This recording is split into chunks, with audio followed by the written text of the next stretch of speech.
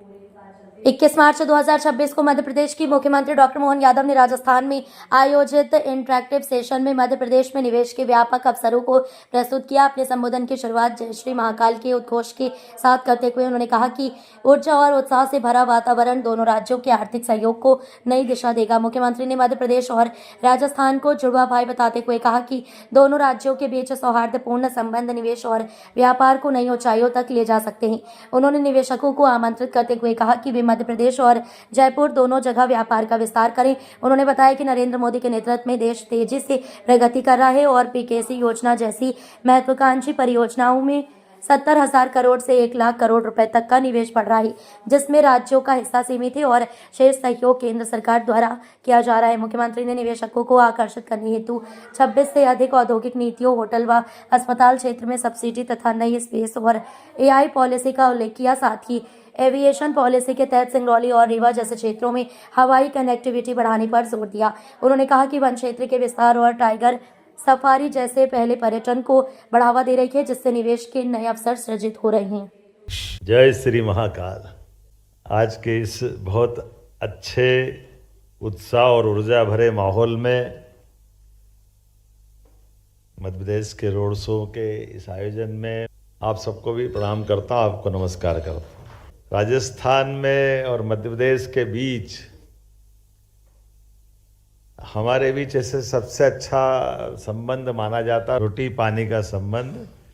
तो दाल बाटी तो साथ में होती थी, पानी का और आनंद आ गया पार्वती काली सिंह चंबल के साथ, तो संबंध पक्का ही हुआ है। हमारे लिए सौभाग्य की बात है। सच में राजस्थान और मध्य प्रदेश तो जुड़वा भाई की तरह है, ये परमात्मा की कृपा है।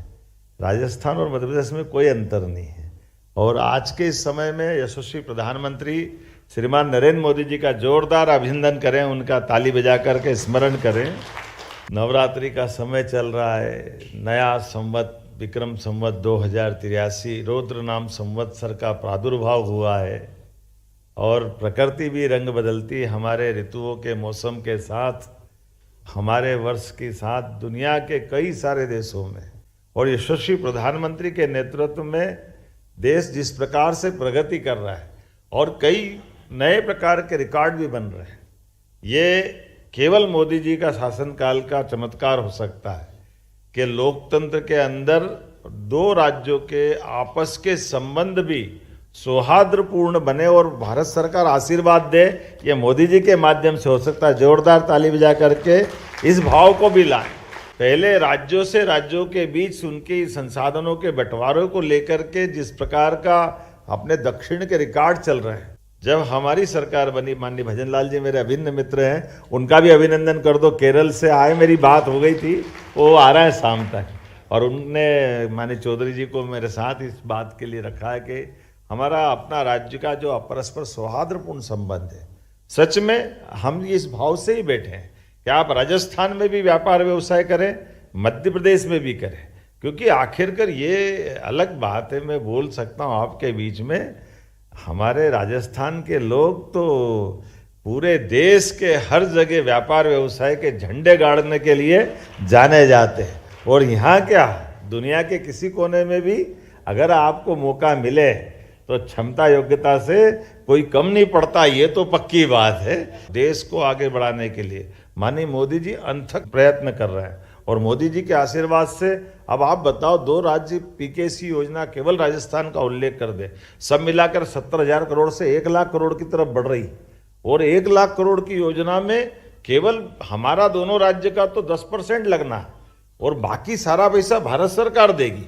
ये कैसा आश्चर्य हो सकता है। और भारत सरकार बगैर संकोच के मोदी जी स्वयं आकर के इस बात को अनाउंस करते हैं, और ऐसे एक नहीं सब क्षेत्रों में जीएसटी कलेक्शन से लेकर अभी आपने बिजनेस के सरलीकरण की बात की। सच में जीएसटी जब लगाया था तो हमको लगता है भारत में जीएसटी कैसे लग जाएगा, लेकिन फिर भूल गए कि मोदी जी सरकार चला रहा है, ये जो करे सब संभव है, इनके शासनकाल में हो सकता है। कितने प्रकार से काम होगा।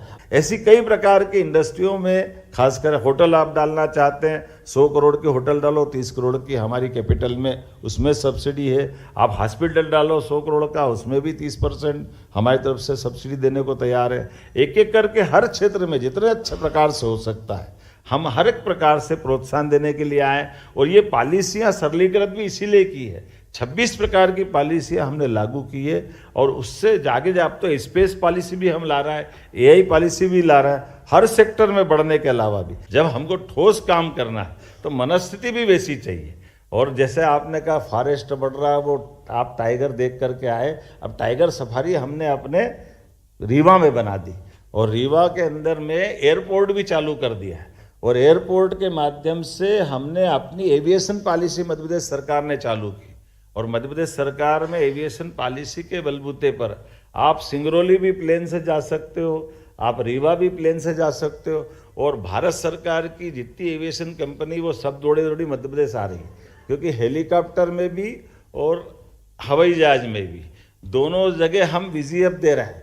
तो 50,000 की टिकट में 35,000 भारत सरकार को हमारी तरफ से हम पर सीट मिला रहे हैं। 15 लाख की अगर इंटरनेशनल सर्विस अगर उनकी हमारे यहाँ आती है तो पर फ्लाइट 15 लाख रुपए को हम अपनी सब्सिडी उसके लिए देने को तैयार है। इसी के बलबूते पे रीवा रायपुर, रीवा दिल्ली, रीवा इंदौर, राज्य के अंदर भी राज्य के बाहर भी हर एक जगह इस प्रकार, जैसे आपने देखा होगा हेलीकॉप्टर उड़ता उत्तराखंड में गंगोत्री, यमुनोत्री, केदारनाथ अपन जाते हैं ना, हमारे आप उज्जैन, ओंकारेश्वर, उज्जैन इंदौर की यात्रा करो हेलीकॉप्टर में, तो हेलीकॉप्टर में आपसे तो लगभग 1 से 1.5 घंटे की फ्लाइंग दोनों तरफ होगी। आपसे केवल 10-12 हज़ार 15 हज़ार ही लेंगे, लेकिन 35,000 पर सीट मध्य प्रदेश सरकार देने को तैयार है, क्योंकि हमारा कहना है कि कुल मिलाकर टूरिज्म बढ़ाना है तो यात्रियों को कम समय में आवागमन की सुविधा देने की जरूरत है। इसलिए एक तरफ नहीं, ये फॉरेस्ट में भी बढ़ा रहा है और यही तो कारण है कि चीता भी फलता फूलता राजस्थान में कूदता हुआ आता कि नहीं आता है, आपके यहाँ कहाँ जाता है। मुझे इस बात की प्रसन्नता, हमारी ब्यूरोक्रेसी ने भी बहुत अच्छे से इस बात को समझा है और बहुत अच्छे से बात रखते हैं और आपके अपने सबके बीच में यही समय है, सही समय है, हम इसका उपयोग करें। आप भी आगे बढ़े, हम भी आगे बढ़े, मध्य प्रदेश भी आगे बढ़े, देश आगे बढ़े, राजस्थान आगे बढ़े, इसी बात के लिए बहुत सारी अनुकूलता है, इसको बनाए रखें। आज के इस अवसर पर पुनः आप सबका वंदन, अभिनंदन, बहुत बहुत धन्यवाद।